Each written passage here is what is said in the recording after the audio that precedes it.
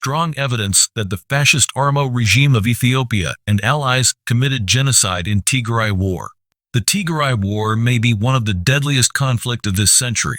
The numerous atrocities committed in Ethiopia's civil war have yet to draw the attention of the international community. Measured by the estimated number of deaths, the Tigray War in Ethiopia could be the deadliest armed conflict of the 21st century and one of the bloodiest since the end of the Cold War. From its outbreak in 2020 to the official ceasefire in 2022, the civil conflict claimed the lives of up to 400,000 soldiers and 300,000 civilians. Despite the intense human suffering, this forgotten war has not garnered the international attention it desperately needs. There is an unfortunate sense in which the world is too ready to move on after its initial efforts.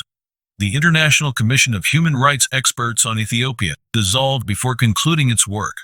The United States, despite recognizing more than 500,000 deaths in the region and that crimes against humanity and war crimes had been committed, there has restored financial and economic assistance to the status quo ante bellum.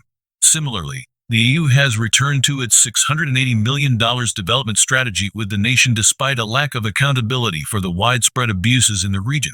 The consequence has been that international efforts to verify serious breaches of international law have not been followed through or adequately supported. Victims will carry with them scoring and abuse from a conflict that, despite an apparent cessation of hostilities in 2022, did not result in a stable peace. Innocent lives continue to be lost, and many millions continue to face food insecurity resulting from military campaigns. More time must be given not only to investigate and, as needed, provide accountability for the blockade on humanitarian aid that contributed to the deaths of hundreds of thousands of Tigrayans, but also to investigate and provide accountability for the widely reported mass murder, rape, forced displacement, physical abuse, and torture which took place, as well as the targeting of key civilian infrastructure such as the healthcare system.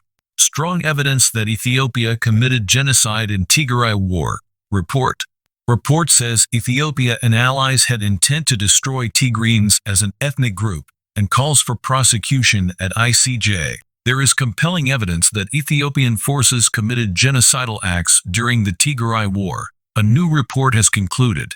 Issued on Tuesday by the United States-based New Lines Institute, the 120-page draft quotes multiple, widespread and credible independent reports that Ethiopian forces and their allies carried out acts constituting the crime of genocide during the conflict, which ran between 2020 to 2022.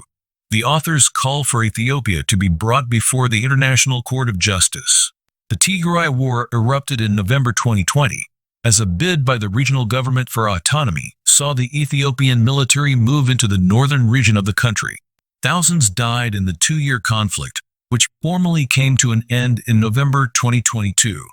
Both sides accused each other of atrocities, including massacres, rape, and arbitrary detentions, but each strenuously denies responsibility for abuses.